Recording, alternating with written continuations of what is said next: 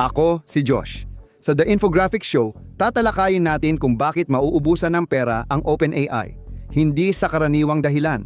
Ang gumawa ng ChatGPT ay parang hari ng teknolohiya na may 20 bilyong kita, ngunit may nakakagulat na ibinunyag ang internal na spreadsheet. Sa 2026, inaasahan silang malugi ng 14 bilyong dolyar taon-taon. Sa 2029, posibleng umabot sa 100 at 15 bilyon ang gastos. Gumagana ang produkto, pero mahal ang mga bayarin dahil sa limitasyon sa totoong mundo. Madalas hindi ito napapansin. Ang malaking pagkalugi ay dahil sa simpleng katotohanan.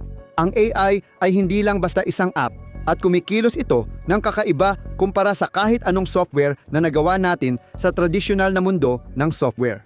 Para gumawa ng mas magandang app, kukuha ka ng mas magagaling na inhinyero at magsusulat ng malinis na code.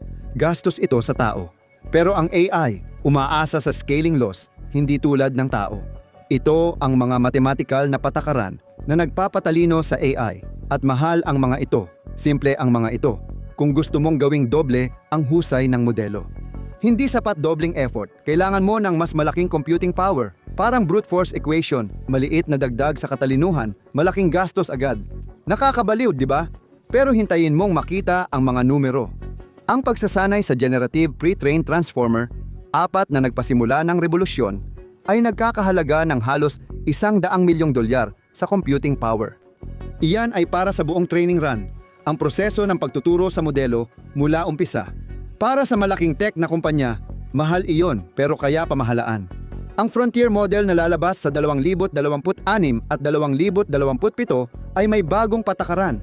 Bawat training run ay maaaring umabot ng mahigit 1 bilyong dolyar ang gastos. Dumating na tayo sa punto na ang training session ng isang AI model ay mas mahal pa kaysa gross domestic product ng ilang maliliit na isla at lumalala pa ito. Hindi mo lang ito pwedeng i-train ng isang beses at tapos na. Kailangan mo itong gawin ng paulit-ulit. Ang OpenAI ay kailangang gumastos ng bilyon-bilyong dolyar para bahagyang mauna sa mga karibal na nag-aalok ng parehong teknolohiya ng libre. Ito ay nagdudulot ng pangunahing puwang sa kanilang business model. Ang kanilang mga gastos ay nakatali sa pisikal na realidad, kuryente at silikon, na mahal at limitado, pero limitado rin ang kakayahan nilang magtaas ng presyo. Dahil sa matinding kompetisyon, simple lang ang matematika at nakakasama ito. Mas mabilis tumaas ang gastos kaysa kita, nauubos ang pera at lumalala ang pagkalugi.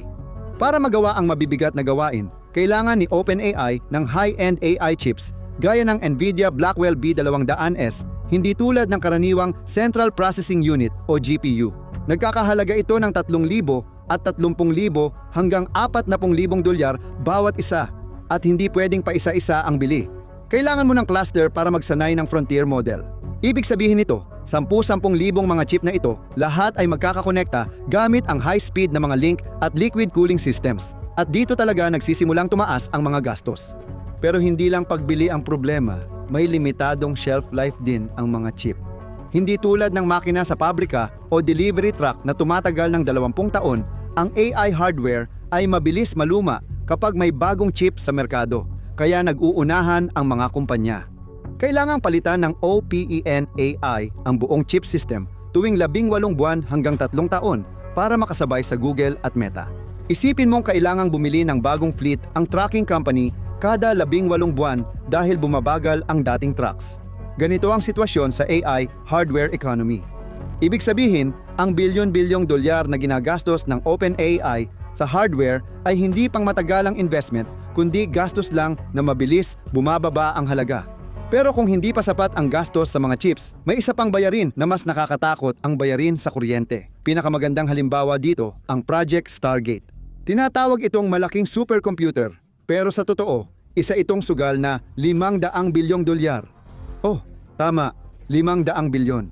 Para mailagay sa perspektibo, ang 10 gigawatts ay sapat para sa milyon-milyong bahay, katumbas ng ilang nuclear reactor. Bakit mahalaga ito? Dahil hindi nababawasan ang gastos at hindi nakakasabay ang grid, permanente na ang gastos sa pag-scale. Hindi magagawa ang next-gen AI kung walang ganitong kuryente. Hindi lang gastos sa kuryente ang problema, pati kakulangan ng high voltage transformer at kapasidad ng pambansang grid ay malaking balakid.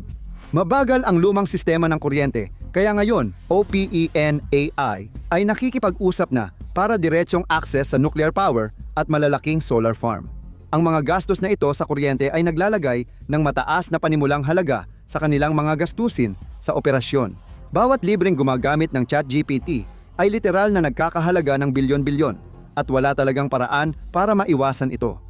Mahirap mapanatili ang malusog na kita kapag nag-aalok ng libreng serbisyo sa daan-daang milyong gumagamit ng ChatGPT.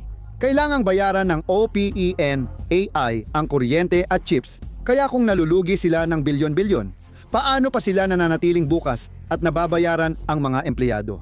Dito tayo napupunta sa isa sa pinaka-na-misinterpret na bahagi ng OPEN-AI story, ang kasunduan nila sa Microsoft.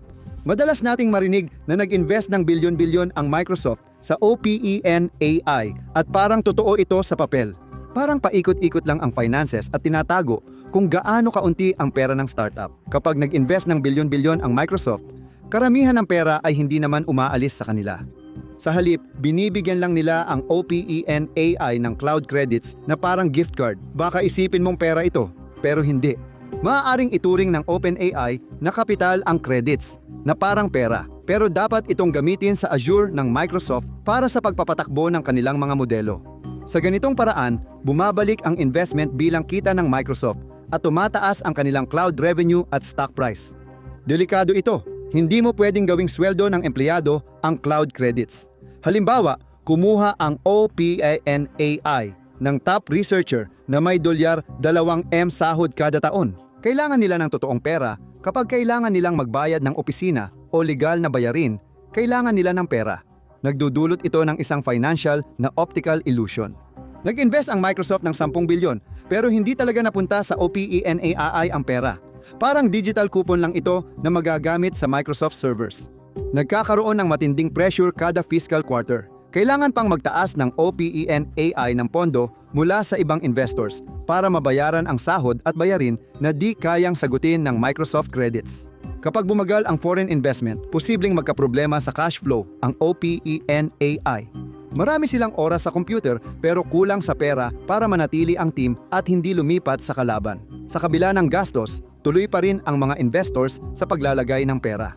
Noong Marso 2025, nakalikom ang OPEN-AI ng $40 bilyong.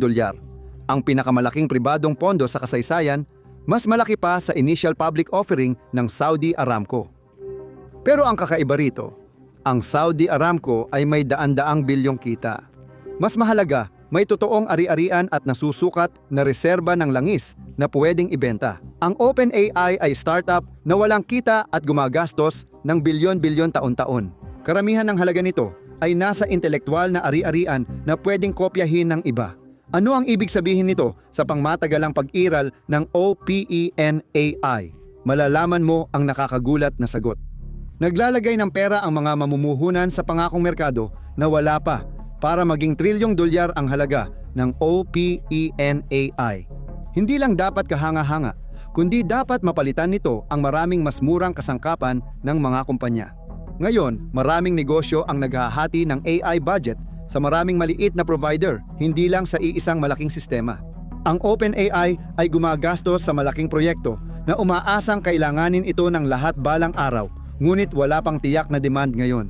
At dito tayo napupunta sa mapanganib na business model kung saan ang mga software company ay nabubuhay sa pamamagitan ng pagpapahirap sa mga customer na umalis. Ginagawa ito ng Salesforce dahil napakahirap ilipat lahat ng iyong data.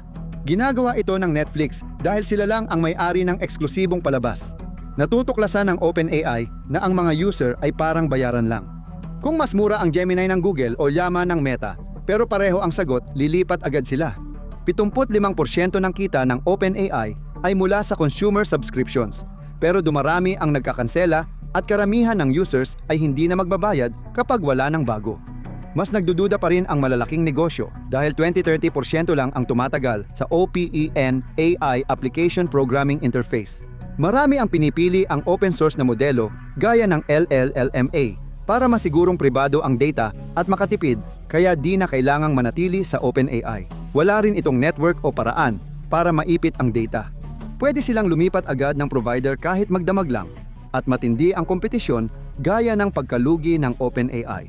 Ang desisyon ng Meta na ilabas ng libre ang mga llama na modelo ay hindi gawa ng kawanggawa. Ito ay isang taktikal na hakbang. Kapag nagbigay si Mark Zuckerberg ng libreng access sa kanilang advanced AI, nililimitahan niya kung magkano ang pwedeng singilin ng OpenAI. Kaya gumagastos ang Meta sa open source na modelo dahil ginagamit nila ito para pagandahin ang ads sa Instagram at Facebook. Negosyo nila ang pagbebenta ng ads, hindi AI. Walang ganoong pribilehiyo ang OpenAI dahil AI lang ang produkto nila. Nagsisikap silang makilala habang binababa ng kakumpetensya ang presyo para di sila makalamang. Tumatakbo na ang oras. Naiipit ang OpenAI sa pagitan ng mga higante tulad ng Microsoft at Google sa itaas at mga kumpanyang may halos walang limitasyong pera sa ibaba. May mga payat na kakumpetensya gaya ng Anthropic at Mistral. Mas episyente at nakatuon sa kaligtasan at reliability ng negosyo ang Anthropic at mas mababa ang gastos nila. Habang patuloy na kumukuha ng talento ang Google DeepMind, napipilitang magbigay ang OpenAI ng malaking stock-based na sahod na epektibo lang kung tumataas ang halaga ng kumpanya. Kung huminto ito, pwedeng umalis ang mga researcher, ang tanging asset ng kumpanya. Hindi pa sapat ang pagkawala ng bilyon-bilyon, pakikipaglaban sa kakumpetensya at pagkawala ng talento. Umiikot na ang mga regulator sa Washington at Brussels. Noong unang bahagi ng 2026, pinalakas ng Federal Trade Commission at European Union ang investigasyon sa antitrust tungkol sa Microsoft OpenAI partnership. Tinitingnan ng mga regulator kung ang investment ng Microsoft ay isang de facto acquisition para iwasan ang batas sa merger. Kung limitahan ang kapangyarihan ng Microsoft sa OpenAI o paghiwalayin sila, mawawala ang pinansyal na suporta ng startup. Dagdag pa rito ang lumalalang tensyon sa geopolitika. Ang export control sa AI chips ay pumapaliit sa global market, habang ang bagong AI safety regulations ay nagpapabigat sa compliance. Ngayon, kailangan ng OpenAI ng maraming abogado at safety researcher, mga posisyong magastos pero walang kita. Lalo pang lumilinaw ang panganib kapag tiningnan ang kasaysayan. Nawala ng bilyon-bilyon ang Uber bago ang initial public offering, pero nagtatayo sila ng network sa libu-libong lungsod. Si Tesla rin ay nahirapan ng ilang taon, ngunit nagtayo ng mga pabrika at charging network sa buong mundo. Hindi madaling gayahin ng kakumpetensya ang isang totoong bagay. Ang OpenAI gumagastos ng bilyon-bilyon kahit walang tunay na network o pisikal na asset na sandigan. Ang produksyon ng OpenAI ay nakasalalay sa hilaw na computing power. Ang mamahaling chips na karamihan ay galing sa Nvidia. Hindi tulad ng Tesla o Uber, nalulugi ang produkto ng OpenAI. Sa tuwing may nagtatanong dito ng isang komplikadong tanong, walang pumipigil sa mga gumagamit na umalis bukas. Mukhang sinusugal na ng kumpanya ang lahat sa isang desperadong panahon. Nagmamadali silang bumuo ng Artificial General Intelligence o AGI, isang AI na kayang mag-isip at matuto tulad ng tao bago maubos ang laman ng kanilang bank account. Hindi na ito tipikal na estratehiya ng software business. Kung makakagawa ang OpenAI ng modelong kayang gawin ang trabaho ng eksperto sa anumang larangan, baliwala na ang gastos nila at pwedeng tumaas ang kita nila. Iniisip nila ang isang mundo kung saan ang kanilang AI ay hindi lang basta nagbubuod ng mga email. Napaltan nito ang mga departamento na humahawak ng corporate taxes, gumagawa ng code at nagpaplano ng estratehiya sa bilis na lampas tao. Kapag naabot nila ang tagumpay na iyon, maaari silang maningil ng mataas na bayad na sasapat para mabayaran ang anumang utang, gaano man ito kalaki. Kung nalulugi ang OpenAI ng 14 to 17 bilyong dolyar taon-taon, bawat buwan ng delay ay mahigit 1 bilyong dolyar ang halaga. Kung 5 taon imbes na 2 bago magtagumpay sa Artificial General Intelligence, magkukulang sila ng halos 100 bilyong dolyar. Walang investor na kayang solusyonan agad ito. Ano ang mangyayari kapag naubos ang pera? Maaaring isipin mong magkakaroon ng malaking pagbagsak. Pero ang totoo, mas malamang na mangyari ang tahimik na pagsanib kaysa sa matinding pagbagsak o pagkabangkarote. Pagsapit ng kalagitnaan ng 2027, base sa kasalukuyang mga pagtataya, halos maubos na ang cash reserves na nakuha mula sa mga round ng pondo noong 2025. Sa puntong iyon, pipili si OpenAI magtaas ng pondo sa mas mababang halaga na magpapababa sa stock options ng empleyado o magbenta. Microsoft lang talaga ang natural at posibleng bumili dahil sila na ang nag-host ng OpenAI sa Azure at malalim ang integrasyon nila sa software. May higit dolyar, 80 bilyong cash reserve si Microsoft, kaya isa sila sa kakaunting kayang suportahan ang mabilis na paggastos ni OpenAI. Para sa Microsoft, ito ang pinakamahalagang yaman, makina ng bagong panahon ng komputasyon. Para sa mamumuhunan, parang paluging bentahan ito pero magbibigay ng kaligtasan. Katapusan na rin ito ng hangganan ng mga startup. Napatunayan ng OpenAI na gumagana ang scaling pero kailangan ng budget na parang pambansa. Ang AI revolution ay naging industrial. Sinusukat na ang tagumpay sa lawak ng data center kaysa linya ng code. Si OpenAI ang nagpasimula nito. Kulang ito sa resources para makipagsabayan mag-isa, kaya posibleng mapasama na ito sa mas malaking korporasyon. Tingnan mo ang totoong dahilan kung bakit hindi pa handa ang sangkatauhan para sa AI superintelligence o i-click ang video na ito.